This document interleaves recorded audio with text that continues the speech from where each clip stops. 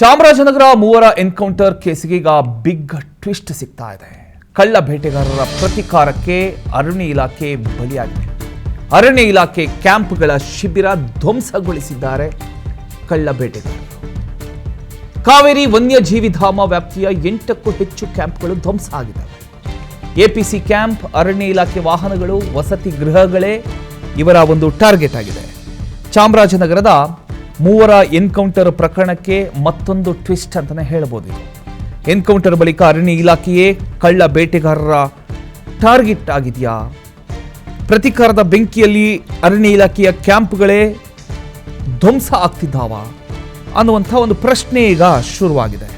ಮೂವರು ಕಳ್ಳ ಬೇಟೆಗಾರರು ಎನ್ಕೌಂಟರ್ನಲ್ಲಿ ಮೃತಪಟ್ಟ ಪ್ರಕರಣ ರಾಜ್ಯದಾದ್ಯಂತ ಚರ್ಚೆ ಆಗ್ತಿರ್ತಕ್ಕಂಥ ಬೆನ್ನಲ್ಲೇ ಇದೀಗ ಕಾವೇರಿ ವನ್ಯಜೀವಿ ಧಾಮ ವ್ಯಾಪ್ತಿಯಲ್ಲಿ ಅರಣ್ಯ ಇಲಾಖೆಯ ಕಳ್ಳ ಬೇಟೆ ತಡೆ ಶಿಬಿರಗಳ ಮೇಲೆ ದುಷ್ಕರ್ಮಿಗಳು ದಾಳಿಯನ್ನು ನಡೆಸಿರ್ತಕ್ಕಂಥ ಆರೋಪ ಇದೀಗ ಕೇಳಬಂದಿದೆ.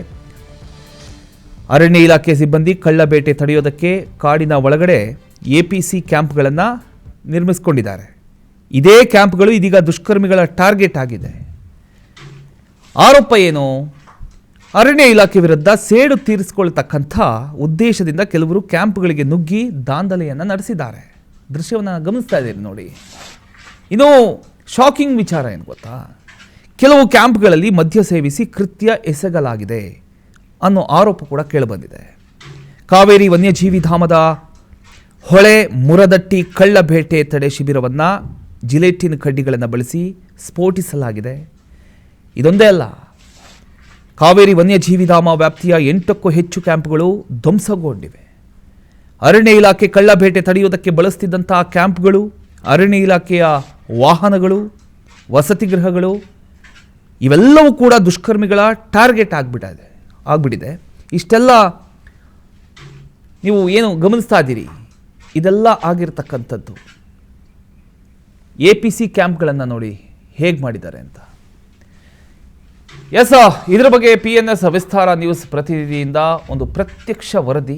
ಚಾಮರಾಜನಗರ ಜಿಲ್ಲೆಯಲ್ಲಿ ನಡೆದಂತಹ ಅರಣ್ಯ ಇಲಾಖೆಯ ಮೂವರ್ ಶೂಟ್ಔಟ್ ಪ್ರಕರಣ ಏನಿದೆ, ಅದು ಸಾಕಷ್ಟು ರಾಜ್ಯ ಹೊರ ರಾಜ್ಯಗಳಲ್ಲೂ ಕೂಡ ಚರ್ಚೆ ಆಗಿತ್ತು. ಜೊತೆಗೆ ಪ್ರಕರಣ ನಡೆದ ಬಳಿಕ ಒಂದಷ್ಟು ಆಂಟಿ ಪೌಚಿಂಗ್ ಕ್ಯಾಂಪ್ಗಳನ್ನ ದುಷ್ಕರ್ಮಿಗಳು ಒಂದು ಧ್ವಂಸ ಮಾಡುವ ಕೆಲಸವನ್ನ ಮಾಡಿದ್ರು. ಈಗ ನೀವು ನೇರವಾಗಿ ಗಮನಿಸಬಹುದು, ನಾನು ಕಾವೇರಿ ವನ್ಯಜೀವಿ ಧಾಮದ ದಟ್ಟ ಅರಣ್ಯದಲ್ಲಿ ಇರುವಂತಹ ಒಂದು ಹೊಳೆ ಮರದಟ್ಟಿ ಆಂಟಿ ಪೌಚಿಂಗ್ ಕ್ಯಾಂಪ್ನಲ್ಲಿದ್ದೇನೆ. ಗಮನಿಸ್ತಾ ಇದ್ದೀರಾ, ಇದು ಸುಮಾರು ಇಲ್ಲಿನ ಸುತ್ತಮುತ್ತ ಇರುವಂತಹ ಗ್ರಾಮಗಳಿಂದ 10 ಕಿಲೋಮೀಟರ್ಗಳಿಂದ ಕೂಡ ಅಧಿಕ ದೂರದಲ್ಲಿರುವಂತಹ ಒಂದು ದಟ್ಟ ಅರಣ್ಯದ ನಡುವೆ ಇರುವಂತದ್ದು. ಈ ಒಂದು ದಟ್ಟ ಅರಣ್ಯದ ನಡುವೆ ಇರುವ ಕ್ಯಾಂಪ್ ಅನ್ನ ಸಂಪೂರ್ಣವಾಗಿ ಕೆಲ ಕಿಡಿಗಡಿಗಳು, ದುಷ್ಕರ್ಮಿಗಳು ಧ್ವಂಸವನ್ನ ಮಾಡಿರುವಂತದ್ದು. ಅದರಲ್ಲೂ ಕೂಡ ಪ್ರಮುಖವಾಗಿ ಜಿಲೆಟಿನ್ ಕಡ್ಡಿಗಳನ್ನ ಉಪಯೋಗಿಸಿ ಈ ಒಂದು ಆಂಟಿ ಪೌಚಿಂಗ್ ಕ್ಯಾಂಪ್ ನ ಬ್ಲಾಸ್ಟ್ ಮಾಡಲಾಗಿದೆ ಎನ್ನುವ ಮಾಹಿತಿಯನ್ನ ಅರಣ್ಯ ಇಲಾಖೆಯು ಕೂಡ ನೋಡಿರುವಂತದ್ದು. ನೀವು ಗಮನಿಸಬಹುದು, ಈ ಒಂದು ಪ್ರಕರಣದ ತೀವ್ರತೆಯನ್ನು ಕೂಡ ಗಮನಿಸ್ತಾ ಇರುವಂತದ್ದು. ಏನೋ ಕೆಳಗೆ ಬ್ಲಾಸ್ಟ್ ಆದಂತಹ ಆಂಟಿ ಪೋಚಿಂಗ್ ಕ್ಯಾಂಪ್ ನಲ್ಲಿ ಹಾಕಿದಂತಹ ಜಿಲೆಟಿನ್ ಕಡ್ಡಿಗಳು ಇದೀಗ ಮೇಲೆ ಬ್ಲಾಸ್ಟ್ ಆಗಿ ಅದರ ತೀವ್ರತೆಯನ್ನು ಕೂಡ ನೋಡ್ತಾ ಇರುವಂತದ್ದು. ಮತ್ತೊಂದ್ ಕಡೆ ಈಗ ನಾನು ತೋರಿಸ್ತಾ ಹೋಗ್ತೇನೆ, ಯಾಕೆಂತಂದ್ರೆ ಜಿಲೆಟಿನ್ ಅನ್ನ ಇಟ್ಟು ಬ್ಲಾಸ್ಟ್ ಮಾಡಿದ್ದಾರೆ ಎನ್ನುವುದಕ್ಕೆ ಮೂಲ ಕಾರಣ ಏನಂತಂದ್ರೆ, ಇಲ್ಲಿ ಗಮನಿಸಬಹುದು, ಏನು ಆಂಟಿ ಪೌಚಿಂಗ್ ಒಳಗೆ ಇರುವಂತಹ ಒಂದಷ್ಟು ಉಪಕರಣಗಳು ಕೂಡ ಸುಟ್ಟು ಕರಕಲಾಗಿರುವಂತದ್ದು ಇಲ್ಲಿ ನೋಡ್ತಾ ಇದ್ದೀರಾ. ವೈರ್ಗಳಾಗಿರ್ಬೋದು ಅಥವಾ ಅರಣ್ಯ ಇಲಾಖೆಯ ಒಂದಷ್ಟು ವಿದ್ಯುತ್ ಸಂಪರ್ಕಗಳಾಗಿರ್ಬೋದು, ಎಲ್ಲವೂ ಕೂಡ ಸಂಪೂರ್ಣವಾಗಿ ಬ್ಲಾಸ್ಟ್ ಆಗಿರುವಂತದ್ದು. ಜೊತೆಗೆ ಪ್ರಮುಖವಾಗಿ ಮತ್ತೊಂದೆಡೆ ಈಗ ನಾನು ತೋರಿಸ್ತಾ ಹೋಗ್ತೇನೆ, ಈ ಒಂದು ಕ್ಯಾಂಪ್ ನಲ್ಲಿ ಈಗಾಗಲೇ ಒಂದು ತಿಂಡಿ ಸಾಮಗ್ರಿಗಳನ್ನು ಕೂಡ ಚೆಲ್ಲಾಪಿಲ್ಲಿಯನ್ನ ಮಾಡಿರುವಂತದ್ದು.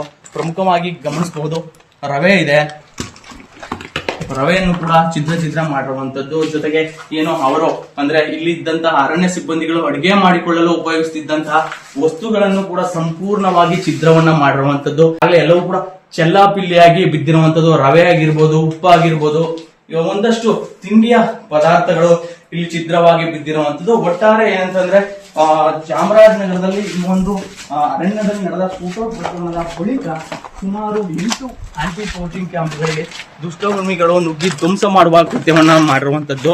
ಈ ಒಂದು ಹೊಳೆ ಮರದಟ್ಟಿ ಆಂಟಿ ಪೌಚಿಂಗ್ ಕ್ಯಾಂಪ್ ಏನಿದೆ, ಈ ಒಂದು ಆಂಟಿ ಪೌಚಿಂಗ್ ಕ್ಯಾಂಪ್ಗೆ ಜಿಲೆಟಿನ್ಗಳನ್ನ ಬಳಸಲಾಗಿದೆ, ಅದರಿಂದ ಬ್ಲಾಸ್ಟ್ ಆಗಿದೆ ಎನ್ನುವುದು ತೀವ್ರ ಒಂದು ಚರ್ಚೆಗೆ ಗ್ರಾಸವಾಗ್ತಾ ಇರುವಂತದ್ದು. ಒಟ್ಟಾರೆ ಚಾಮರಾಜನಗರದ ಈ ಒಂದು ಪ್ರಕರಣ ರಾಜ್ಯ ಹೊರ ರಾಜ್ಯಗಳಲ್ಲೂ ಕೂಡ ಸದ್ದನ್ನ ಮಾಡ್ತಾ ಇರುವಂತದ್ದು. ಈ ಬಗ್ಗೆ ಚಾಮರಾಜನಗರದ ಅರಣ್ಯ ಇಲಾಖೆ ಮತ್ತೆ ಪೊಲೀಸ್ ಇಲಾಖೆ ಜಂಟಿ ಕಾರ್ಯಾಚರಣೆಯನ್ನು ಕೂಡ ನಡೆಸ್ತಾ ಇರುವಂತದ್ದು. ಜೊತೆಗೆ ಏನಂದ್ರೆ ಈಗಾಗಲೇ ಸಾಮಾಜಿಕ ವಲಯದಲ್ಲಿ ಏನು ಕೇಳಿ ಬರ್ತಾ ಇರೋದು ಅಂತಂದ್ರೆ ಈ ಒಂದು ಸ್ಫೋಟಕ ವಸ್ತುಗಳನ್ನ ಯಾರು ತಂದಿದ್ರು, ಜೊತೆಗೆ ಯಾಕೆ ಕಾರಣಕ್ಕೆ ಅವರ ಕೈಗೆ ಸಿಕ್ಕಿತು ಎನ್ನುವ ಒಂದಷ್ಟು ವಿಚಾರಗಳು ಚರ್ಚೆ ಆಗ್ತಿದೆ. ಒಟ್ಟಾರೆ ಅವರನ್ನ ಅಂದ್ರೆ ಯಾರೆಲ್ಲ ಕಿಡಿಗೇಡಿಗಳು ದುಷ್ಕರ್ಮಿಗಳಿದ್ದಾರೆ ಎಲ್ಲರನ್ನು ಕೂಡ ಬಂಧಿಸುವ ಕಾರ್ಯವನ್ನ ಮಾಡಬೇಕು ಅಂತ ಇಲ್ಲಿನ ಸ್ಥಳೀಯ ಜನರು ಕೂಡ ಹೇಳ್ತಾ ಇರುವಂತದ್ದು. ಸಾಗರ್ ಕುಮಚಳ್ಳಿ, PNS ವಿಸ್ತಾರ ನ್ಯೂಸ್, ಚಾಮರಾಜನಗರ. ಗಡಿ ಜಿಲ್ಲೆ ಚಾಮರಾಜನಗರದಲ್ಲಿ ನಡೆದಂತಹ ಅರಣ್ಯ ಇಲಾಖೆಯ 3 ಶೂಟೌಟ್ ಪ್ರಕರಣ ಇದೆ. ಸಾಕಷ್ಟು ರಾಜ್ಯದಂತ ಚರ್ಚೆ ಆಗ್ತಾ ಇತ್ತು. ಅದರ ಜೊತೆಗೆ ಪ್ರಕರಣವಾದ ಬಳಿಕ ಒಂದಷ್ಟು APC ಕ್ಯಾಂಪ್ಗಳಿಗೆ ಹೋಗಿ ಒಂದು ದಾಂಧಲೆಯನ್ನ ಮಾಡುವ ಕೆಲಸವನ್ನು ಮಾಡ್ತಿದ್ರು. ಈಗ ನೀವು ಗಮನಿಸಬಹುದು, ನಾನಿದೀಗ ಅನೂರಿನ ಶಾಗ್ಯ ಅರಣ್ಯ ವಲಯದಲ್ಲಿ ಬರುವಂತಹ ಒಂದು ಬೂದಿಕೆರೆ ಎನ್ನುವ ಆಂಟಿ ಪೌಚಿಂಗ್ ಕ್ಯಾಂಪ್ ನಲ್ಲಿ ಇದ್ದೇನೆ. ನೇರವಾಗಿ ಗಮನಿಸ್ತಾ ಇರುವಂತದ್ದು ನೀವು ಇದೀಗ PNS ವಿಸ್ತಾರದಿಂದ ಈಗ ಗ್ರೌಂಡ್ ರಿಯಾಲಿಟಿ ಚೆಕ್ ಅನ್ನು ಕೂಡ ಮಾಡ್ತಾ ಇರುವಂತದ್ದು. ನೀವು ಗಮನಿಸಬಹುದು, ಏನೋ ಈಗ APC ಕ್ಯಾಂಪ್ ನಲ್ಲಿ ಇರುವಂತಹ ಒಂದಷ್ಟು ಇಲ್ಲಿ ಧ್ವಂಸವಾಗಿರುವಂತಹ ವಸ್ತುಗಳನ್ನ ತೋರಿಸ್ತಾ ಹೋಗ್ತೇನೆ.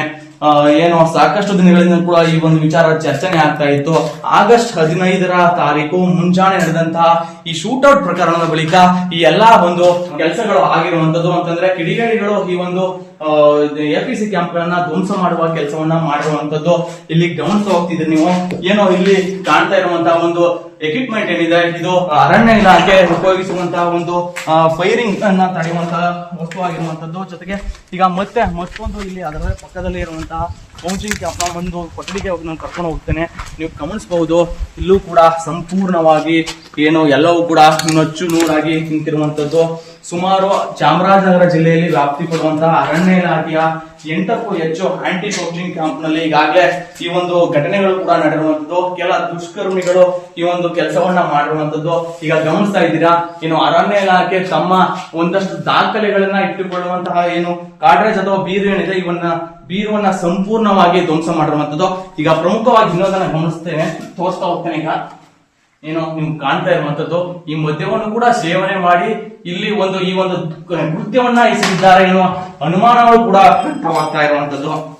ಅರಣ್ಯ ಇಲಾಖೆಯ ಈಗ ಸಾಕಷ್ಟು ಶೂಗಳಾಗಿರ್ಬೋದು ಅಥವಾ ಬಟ್ಟೆಗಳಾಗಿರ್ಬೋದು ಎಲ್ಲವೂ ಕೂಡ ಇರುವಂತದ್ದು. ಒಟ್ಟಾರೆ ಈ ಒಂದು ಕೃತ್ಯ ಅರಣ್ಯ ಇಲಾಖೆಯನ್ನೇ ಬೆಚ್ಚಿ ಬೀಳಿಸುವ ಒಂದು ಸಂಗತಿಯನ್ನ ತಂದು ಒಡ್ಡಿರುವಂತದ್ದು. ಜೊತೆಗೆ ಈಗಾಗಲೇ ಅರಣ್ಯ ಇಲಾಖೆಯ ಸಿಬ್ಬಂದಿಗಳು ಕೂಡ ಈ ಒಂದು ಅವರ ಕಾರ್ಯಕ್ಕೆ ಮತ್ತೆ ಅರಣ್ಯ ಕಾವಲಿಗೆ ಬರಲು ಹಿಂದೇಟನ್ನ ಆಗ್ತಾ ಇರುವಂತದ್ದು. ಸಾಗರ್ ಕುಮಚಳ್ಳಿ, PNS ವಿಸ್ತಾರ ನ್ಯೂಸ್, ಶಾಗ್ಯ ಅರಣ್ಯ.